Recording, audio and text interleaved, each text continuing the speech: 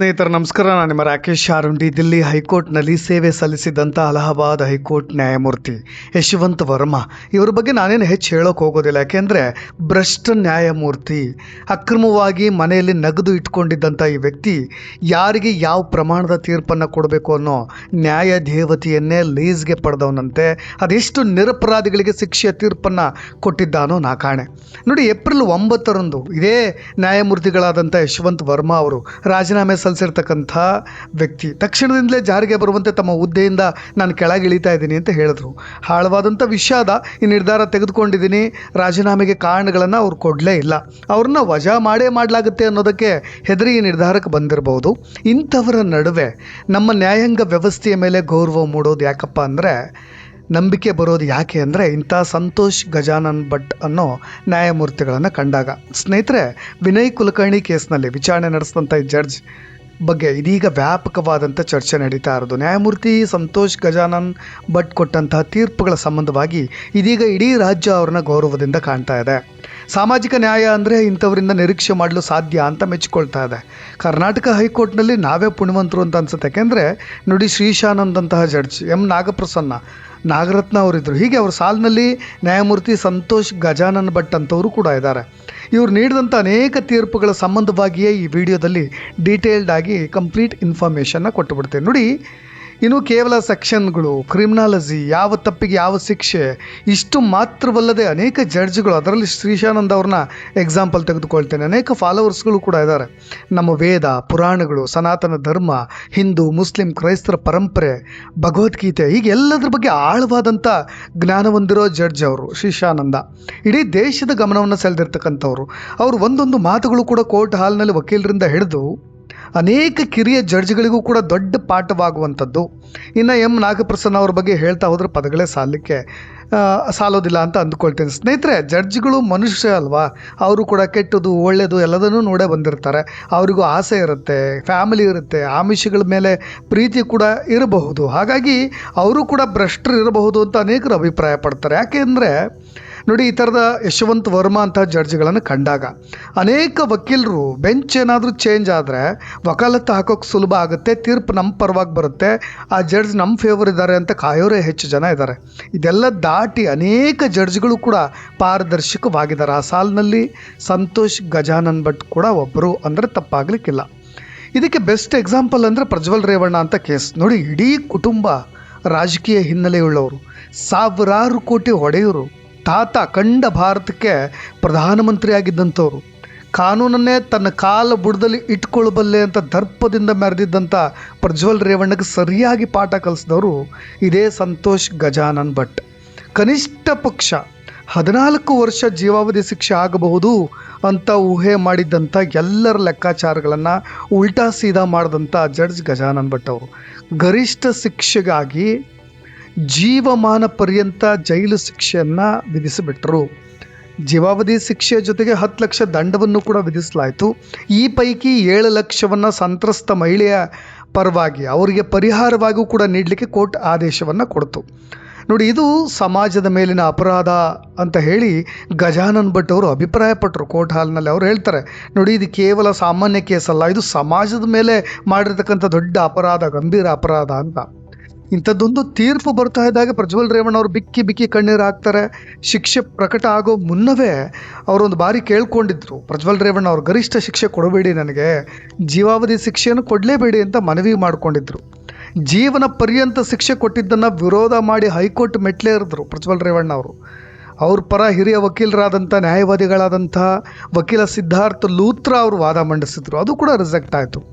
ಒಬ್ಬ ಸಚಿವ ಪ್ರಭಾವಿ ಆಗಿದ್ದರೂ ಕೂಡ ಇಂಥದ್ದೊಂದು ತೀರ್ಪು ಕೊಡುವಾಗ ಆ ಜಡ್ಜ್ ಅವರ ಧೈರ್ಯ, ಪ್ರಾಮಾಣಿಕತೆ, ನೊಂದವರಿಗೆ ನ್ಯಾಯ ಹಾಗೂ ನ್ಯಾಯ ಸಮಾನತೆಯ ಮೇಲಿರ್ತಕ್ಕಂಥ ಅವರಿಗೆ ಗೌರವ ಎಂಥದ್ದು ಅನ್ನೋದು ಗೊತ್ತಾಗುತ್ತೆ. ಇಂತಹ ಕೇರೆ ಮಾಡದ ಜಡ್ಜ್ ಇದ್ದಾಗ ಮಾತ್ರ ಅಪರಾಧದ ಹಿನ್ನೆಲೆ ಏನು ಅನ್ನೋದು ಮಾತ್ರ ಅಳತೆಗೋಲಾಗುತ್ತೋ ಹೊರತು ಆರೋಪಿಯ ಹಿನ್ನೆಲೆ ಏನು ಅನ್ನೋದು ಮ್ಯಾಟ್ರ್ ಆಗೋದಿಲ್ಲ.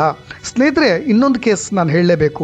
ಇದೇ ಸಂತೋಷ್ ಗಜಾನನ್ ಭಟ್ ಅವರು ಕೊಟ್ಟಂಥ ತೀರ್ಪು ಅಕ್ರಮ ಅದಿರು ಸಾಗಾಣೆ ಪ್ರಕರಣದಲ್ಲಿ ಕಾಂಗ್ರೆಸ್ನ ಶಾಸಕ ಹಾಲಿ ಶಾಸಕರಾಗಿದ್ದಂಥವ್ರು ಅವರು. ಸತೀಶ್ ಸೈಲ್ ನೋಡಿ, ವಿನಯ್ ಕುಲಕರ್ಣಿ ಅಂಥವರು ಕೂಡ ಹಾಲಿ ಶಾಸಕರು.